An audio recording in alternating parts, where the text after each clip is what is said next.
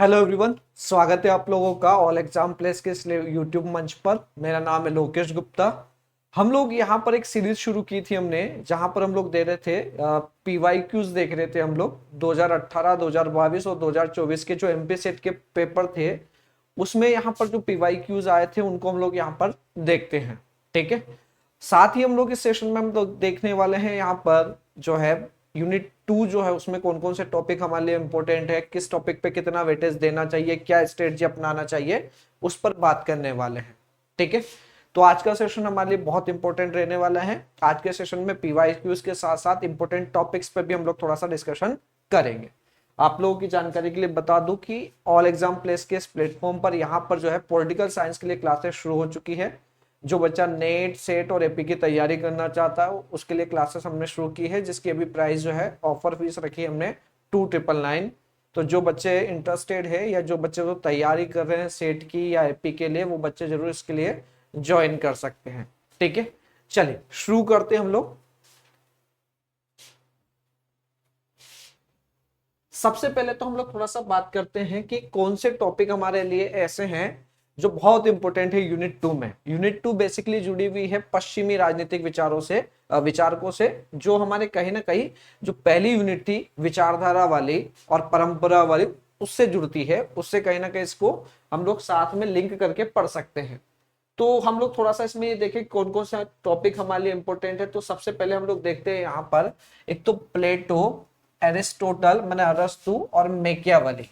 ये तीन टॉपिक ऐसे हैं जिससे सदाबहार प्रश्न आते ही हैं। तो इसमें आपको पूरा कॉन्सेप्ट, बुक्स और साथ में कोटेशंस अगर है तो वो भी आपको याद रखना है। फेमस स्टेटमेंट कौन कौन से वो भी याद रखना। ठीक है, इसके अलावा हॉब्स से पूछा जाता है प्रश्न। हॉब्स के अलावा लोक जो है ये इससे भी पूछा जाता है, जॉन लॉक से भी प्रश्न पूछे गए, रूसो से प्रश्न आते हैं।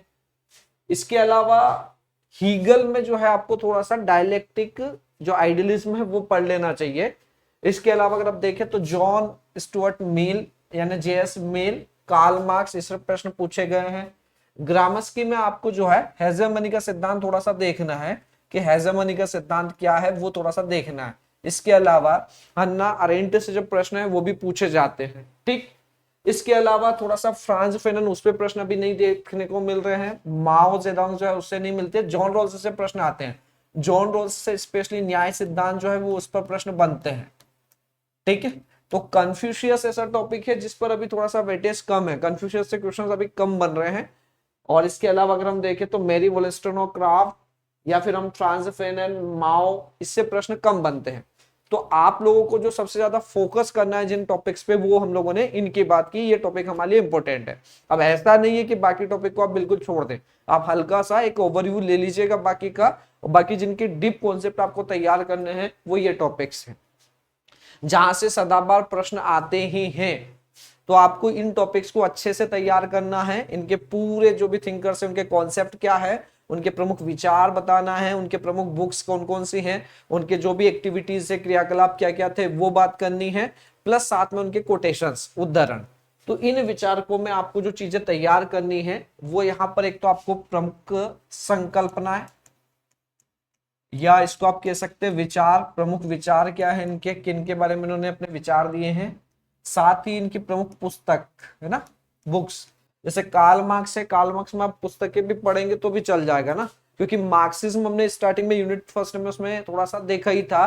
तो यूनिट फर्स्ट से ही ये कहीं ना कहीं लिंक कर रहा है, तो वो थोड़ा सा वहां से बन जाता है। इसके अलावा उद्धरण हमको देखना है थोड़े से। इसके अलावा इनके जो क्रियाकलाप वगैरह जो है उसके बारे में हमें देखना है।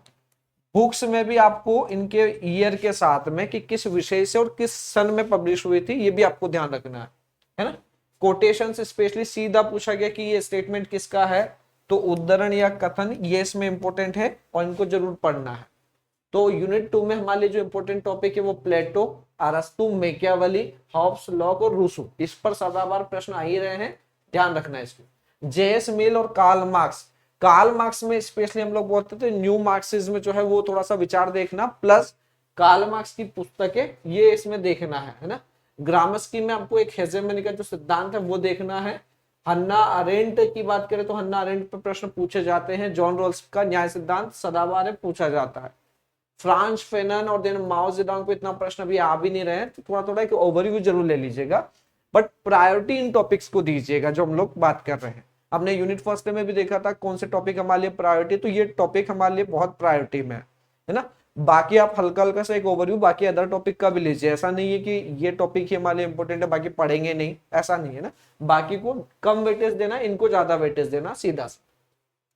चलिए, अब हम लोगों ने यहाँ पर 2018, 2022 और 2024 का जो एमपी सेट का पेपर हुआ है उसके पीवाईक्यूज जो है वो हम लोगों ने यहाँ पर लिए हैं, तो उनके क्वेश्चंस हम लोग देखते चलते हैं। इससे भी एक आपको अंदाजा होगा कि किस टॉपिक से, किस थिंकर से प्रश्न आ रहे हैं, उस पर बात करते हैं। चलिए, पहला प्रश्न देखते चलते हैं हम लोग। पहला प्रश्न है, जेएस मिल की कौन सी पुस्तक 2 भागों में पब्लिश हुई थी? तो आपको बताना जेएस मिल की कौन सी पुस्तक जो है वो 2 भागों में पब्लिश हुई थी। Which of JS Mills works was published in 2 volumes? First है ऑप्शन है आपके पास में the system of logic, second है the principle of political economy, third है ऐसे ऑन लिबर्टी, और फोर्थ है यूटिलिटेरियनिज्म। इस पर बात करना है, तो आपको बताना कौन सी ऐसी पुस्तक थी जॉन मिल्स की जो यहाँ पर 2 भागों में पब्लिश हुई है। तो इसका सही आंसर है हमारे पास में प्रिंसिपल ऑफ पॉलिटिकल इकोनॉमी। ठीक है, तो जेएस मिल की जो पुस्तक है प्रिंसिपल ऑफ पॉलिटिकल इकोनॉमी 1848 में आई थी। ये 2 पार्ट में पब्लिश हुई थी जिसमें इकोनॉमी एंड मोरालिटी के संबंधों की चर्चा की गई है। तो इस पुस्तक में बताया गया है इकोनॉमी और मोरालिटी में क्या रिलेशन है और क्या इकोनॉमिक एक्टिविटीज करते समय हमें मोरालिटी का ध्यान रखना चाहिए या नहीं रखना चाहिए, इस पर बेस्ड है। तो आपके पास में पहला प्रश्न क्या था वो आपको ध्यान रखना। चलिए, सेकंड प्रश्न देखिए, मार्क्सवादी चिंतन में द्वंद्वात्मक भौतिकवाद किससे प्रेरित होकर लिया गया था? ये एमपी सेट 2024 के प्रश्न है ना। Dialectic materialism in Marxist thought was inspired by which of the following? पहला ऑप्शन है ब्रिटेन का राजनीतिक अर्थशास्त्र माने ब्रिटिश पॉलिटिकल इकोनॉमी, सेकेंड है जर्मनी का शास्त्रीय दर्शन माने क्लासिकल जर्मन फिलोसफी, या फ्रेंच रिवॉल्यूशनरी ट्रेडिशंस, या फिर इनमें से कोई नहीं। तो आपको बताना है कि मार्क्सवादी चिंतन में जो द्वंद्वात्मक भौतिकवाद है ये किससे प्रेरित होकर लिया गया था? ठीक है, तो इसका सही आंसर रहेगा जर्मनी का शास्त्रीय दर्शन। तो यहाँ पर मार्क्स ने जर्मनी की जो बात करते हैं उस समय जो फिलोसफी चलती थी उससे प्रेरित होकर ये विचार लिया था। कार्ल मार्क्स का जो डायलेक्टिक मटेरियलिज्म का सिद्धांत है द्वंद्वात्मक भौतिकवाद, ये हीगल के, हम लोग बात करें यहाँ पर द्वंद्वात्मक विचारवाद या आदर्शवाद जो है उससे प्रेरित है। तो ये जर्मनी से मुख्यतः प्रेरित है। मार्क्स ने हीगल के द्वंद्वात्मक आदर्शवाद से प्रेरणा लेकर उसे भौतिक आधार पर स्थापित किया जिसे डायलेक्टिक मटेरियलिज्म कहा गया। तो कार्ल मार्क्स ने हीगल का जो हम लोग कहते हैं द्वंद्वात्मक आदर्शवाद है, जिसमें हीगल का कहना यह था कि विचार से ही सारी चीजों की उत्पत्ति होती है। एक थीसिस होती है, उसके अगेंस्ट एक एंटीथीसिस आती है और उसका सिंथेसिस होती है, सारी व्यवस्था डेवलप होती जाती है। कार्ल मार्क्स का कहना है कि सारी चीजों की उत्पत्ति का कारण है भौतिक पदार्थ, उसी से सारी चीजें बनी है। ठीक है, उसी को उन्होंने सारी चीजों की उत्पत्ति का साधन बताया। इसीलिए कार्ल मार्क्स ने कभी कभी ये भी कहा था कि यहाँ पर मैंने जो है हीगल के दर्शन को या हीगल को उल्टा खड़ा कर दिया, माने हीगल के दर्शन को ही उलट दिया है। जहां हीगल जो है वो आदर्शवाद की बात करते, ये भौतिकवाद की बात कर रहे थे। नेक्स्ट प्रश्न है, थॉमस होब्स के राजनीतिक विचारों के संदर्भ में कौन सा कथन सही नहीं है? ये भी सेट 2024 का प्रश्न है। Which of the following statement is not correct regarding Thomas Hobbes' political philosophy? आपके ऑप्शंस हैं, monarchy is the best form of government, sovereign is not regulated by law, instability is the problem in democracy, all religious authority are exempt from state laws। तो आपके options हैं, इसमें answer रहेगा D, माने ये statement उनसे संबंधित नहीं है। उन्होंने मोनार्की को सबसे बेस्ट शासन प्रणाली कहा है। ठीक है, इसके अलावा संप्रभु कानूनों से नियंत्रित नहीं है, माने सॉवरेनिटी कानून द्वारा नियंत्रित नहीं की जा सकती, और लोकतंत्र में एक समस्या रहती है कि यहाँ गवर्नमेंट की अनस्टेबिलिटी बनी रहती है। तो ये स्टेटमेंट उनका नहीं है। हॉब्स के अनुसार सभी नागरिक यहाँ तक कि धार्मिक व्यक्ति भी राज्य के कानून के अधीन है। ठीक है, तो वो सबको कानून के अंतर्गत ही मानते थे।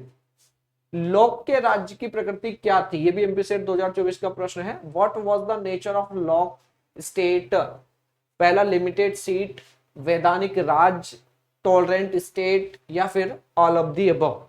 तो आपको बताना है लोक के राज्य की प्रकृति क्या थी। एक हमारी इस चीज के पीछे कि भाई यूनिट वाइज क्वेश्चंस कराने से एक फायदा, एक तो एक पीवाईक्यूज रिपीट होते हैं, दूसरा आपको ये भी पता चल रहा है कि कौन से टॉपिक से प्रश्न ज्यादा आ रहे हैं, कौन से नहीं आ रहे हैं। तो आप अपनी तैयारी को अगर दिशा देना चाहते हैं तो पीवाईक्यूज जरूर लगाइए, क्योंकि कभी कभी तो पीवाईक्यूज रिपीट भी हो रहे, प्लस आपको डायरेक्शन मिल जाएगी किस तरह से तैयारी करना है। ठीक है, तो ये इसलिए भी सेशन शुरू किया गया कि आपकी तैयारी में बहुत हेल्प करेगा। इसके अलावा हम लोग जो है संडे के संडे ये भी करने वाले हैं कि पुराने जो पेपर्स है उसको कंप्लीट, पुराने पेपर जो है जैसे 2028 या 2022 2024 उसको पूरा इकट्ठा सोल्व कराए मैराथन क्लास में लेके, फिर एपी के भी कुछ पेपर है उसको भी सोल्व करवा दें। ठीक है, तो आपको बताना लोक के राज्य की प्रकृति क्या थी। What was the nature of looks state? Limited state, legal state, tolerant state, या सभी? तो इसका आंसर रहेगा सभी। लोक का राज्य जो था वो सीमित शक्तियों का था, माने राज्य को लिमिटेड पावर दी गई थी, अनलिमिटेड नहीं। राज्य केवल राइट्स को प्रोटेक्ट करता है, ना कि लोगों के पर्सनल लाइफ में इंटरफेयर करता है, राइट्स मामले में यूज करने में इंटरफेयर नहीं करता। लीगल स्टेट की बात करते हैं, कानून द्वारा स्थापित राज्य ही ठीक है, और साथ ही वो टॉलरेंट स्टेट की बात भी कहते हैं। तो इसका आंसर रहेगा सभी। नेक्स्ट प्रश्न है, मार्क्स और एंगल्स द्वारा लिखित कम्युनिस्ट मैनिफेस्टो बुक जो है वो कब पब्लिश हुई थी? When was the Communist Manifesto written by Karl Marx and Friedrich Engels published? 2024 set का प्रश्न है। आपके ऑप्शन है 1840, 1842, 1848 या 1846। तो आपको बताना है कार्ल मार्क्स और एंगल्स द्वारा जो लिखी गई पुस्तक है कम्युनिस्ट मैनिफेस्टो, ये कब पब्लिश हुई थी? ठीक है, इसका सही आंसर जो है वो है 1848। तो ये पुस्तक पब्लिश हुई है फरवरी 1848 में, जो सर्वहारा क्रांति का घोषणा पत्र माना जाता है। ठीक है, इसी में कहा गया है, वो यहाँ पर जो है हम लोग कह सकते हैं सर्वहारा वर्ग को क्रांति के लिए प्रेरित करते हैं और एक साम्यवादी शासन जिसमें ना सरकार होगी ना कोई वर्ग होगा उसकी स्थापना की बात करते हैं। ठीक है, इसीलिए इसको कहा गया है सर्वहारा वर्ग का क्रांति का घोषणा पत्र। नेक्स्ट प्रश्न देखिए, मैरी वोल्स्टेनोक्राफ्ट के विचारों के संबंध में कौन सा स्टेटमेंट सही नहीं है? Which statement is not correct regarding Mary Wollstonecraft political ideas? First option है वह आधुनिक नारी अधिकार आंदोलनों की संस्थापक मानी जाती है, उन्होंने a vindication of the rights of women पुस्तक लिखी है, वह मार्क्सवादी नारीवादी थी, उन्होंने द राइट्स ऑफ मेन में फ्रांसीसी क्रांति के समर्थन में लिखी है। तो आपको बताना है कि कौन सा स्टेटमेंट मैरी वोल्स्टेनोक्राफ्ट के विचारों से रिलेटेड नहीं है। तो इसका सही आंसर जो रहेगा वो रहेगा सी, वह मार्क्सवादी नारीवादी नहीं थी। देखिए, मैरी वोल्स्टेनोक्राफ्ट को यहाँ पर नारीवादी जो आंदोलन है उसकी प्रणेता मानी जाती है। नारीवादी विचारकों में सबसे पहले महिला जो है वो मैरी वोल्स्टेनोक्राफ्ट ही मानी जाती है ना। तो ये एक उदारवादी नारीवादी महिला थी, ना कि मार्क्सिज्म वाली, है ना, जिन्होंने महिलाओं की समान शिक्षा व अधिकारों की मांग की और साथ ही नारी अधिकार आंदोलन की उन्हें संस्थापक बोला गया है। दो फेमस पुस्तक है, vindication of the rights of women and the rights of men. Next प्रश्न है, मैकियावेली की प्रसिद्ध पुस्तक द प्रिंस कब पब्लिश हुई थी, किस वर्ष पब्लिश हुई थी? ये भी सेट 2024 का प्रश्न है। In which year was Machiavelli the prince published? 1513, 1532, 1533, 1535। तो आपको बताना मैकियावेली की जो फेमस पुस्तक है द प्रिंस वो कब पब्लिश हुई थी। देखिए, मैकियावेली जो है एक तरह से कह सकते हैं कि इन्होंने राजनीति को नैतिकता से पृथक करने का काम किया है और राजनीति में व्यवहारिकतावादी जो सिद्धांत प्रतिपादित करने का काम किया वो मैकियावेली ने है।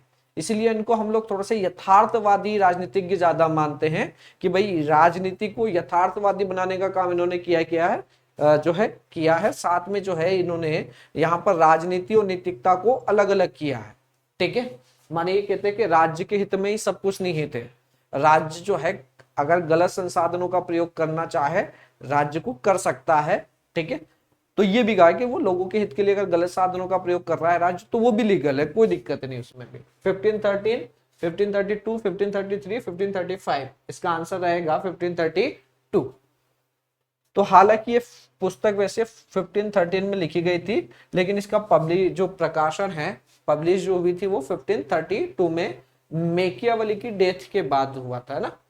तो लिखी गई पुस्तक कब, वो 1513 में, बट पब्लिश कब हुई, 1532 में। नेक्स्ट, जॉन रॉल्स के संबंध में निम्नलिखित कौन से कथन सही है। तो आपको बताना है जॉन रॉल्स के बारे में कौन से स्टेटमेंट सही है। ये भी सेट 2024 का प्रश्न है। पहला स्टेटमेंट है, theory of justice was published इन 1981। तो इनकी एक पुस्तक है थ्योरी ऑफ जस्टिस, क्या ये पुस्तक 1981 में पब्लिश हुई थी। Second, Rawls tried to resolve the problem of distributive justice in society. तो इन्होंने वितरणात्मक न्याय से संबंधित जो समस्या थी उनके समाधान करने का प्रयास किया क्या। तो आपके ऑप्शंस हैं, केवल एक स्टेटमेंट सही है इसमें, या केवल दो स्टेटमेंट, दूसरा स्टेटमेंट सही है, या दोनों स्टेटमेंट सही है, बोथ 1 and 2, और ना एक ना दो, मतलब नाइदर 1 और नॉट 2। तो आपको बताना है इसमें से कौन सा स्टेटमेंट सही है इन दो स्टेटमेंट में से। चलिए इसका आंसर देखते हैं। इसका आंसर है केवल 2, पहला स्टेटमेंट गलत है। तो थ्योरी ऑफ जस्टिस जो है इसका प्रकाशन 1971 में हुआ था, ना कि 1981 में, पहला तो ये। और रोल्स ने जो है वो समानता और वितरणात्मक न्याय का सिद्धांत दिया। तो ये वितरणात्मक न्याय का सिद्धांत देते हैं, जिसमें यहाँ पर जो है डिस्ट्रीब्यूटिव जस्टिस की जो प्रॉब्लम थी उसको इसमें रिजोल्व किया गया। तो इसका सही आंसर क्या रहेगा, बी। नेक्स्ट प्रश्न है हमारे पास में, निम्नलिखित में से कौन सा कथन प्लेटो के है। ये सेट 2022 का प्रश्न है। राज्य व्यक्ति का वृहद रूप है, मैं राज्य हूं। राज्य व्यक्ति के पूर्व का संगठन है, या राज्य जीवन के लिए उत्पन्न हुआ और अच्छे जीवन के लिए गतिशील है। तो आपको बताना इसमें से कौन कौन से स्टेटमेंट सही है। केवल एक, सभी सही हैं, या केवल 1 और 4, या केवल 4 और 2।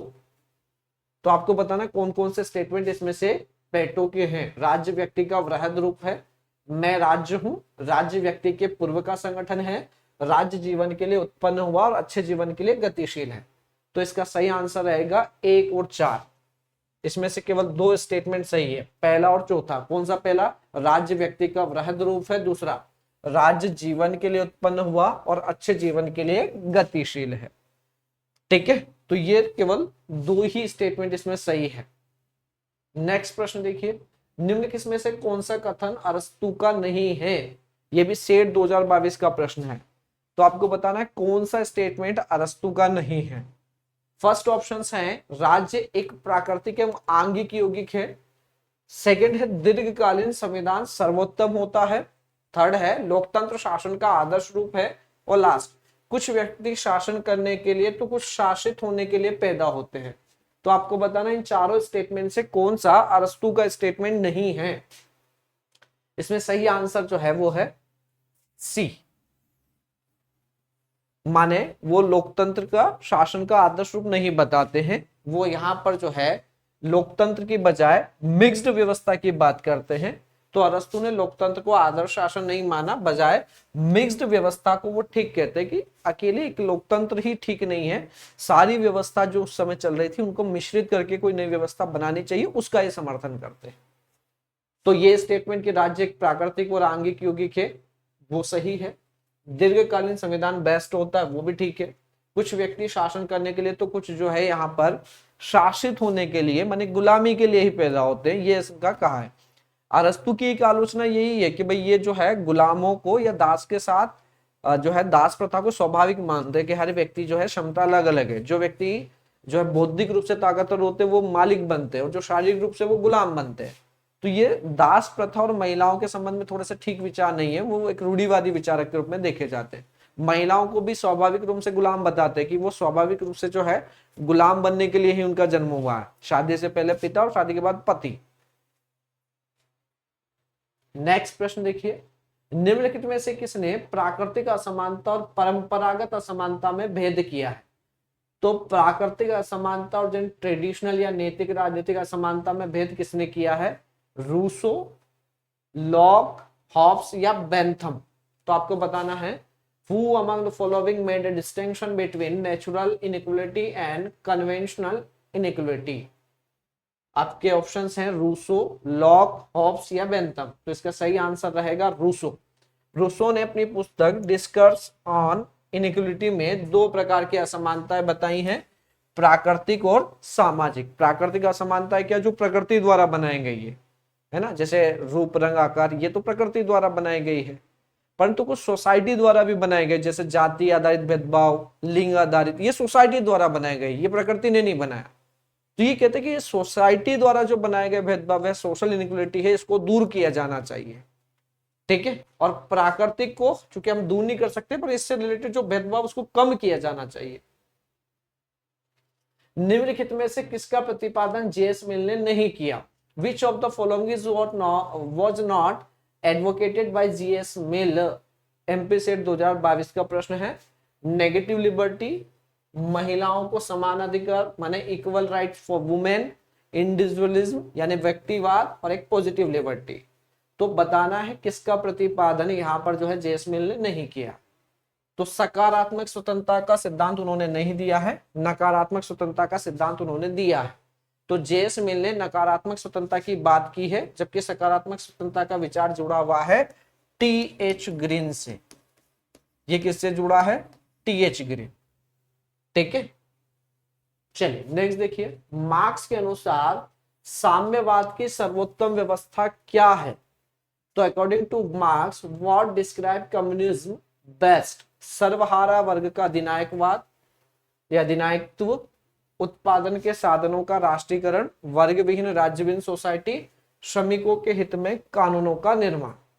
तो कार्ल मार्क्स की जो साम्यवादी व्यवस्था है उसमें वो सोसाइटी में दो तरह के वर्ग मानते थे, एक बुजुर्गा और एक सर्वहारा वर्ग। सर्वहारा वर्ग को वो क्रांति के लिए प्रेरित करते हैं कि बुजुर्गा वर्ग के प्रति जो हमें क्रांति करना चाहिए और सभी साधनों पर हमें अधिकार करके सामूहिक स्वामित्व उसका सुनिश्चित कर लेना चाहिए।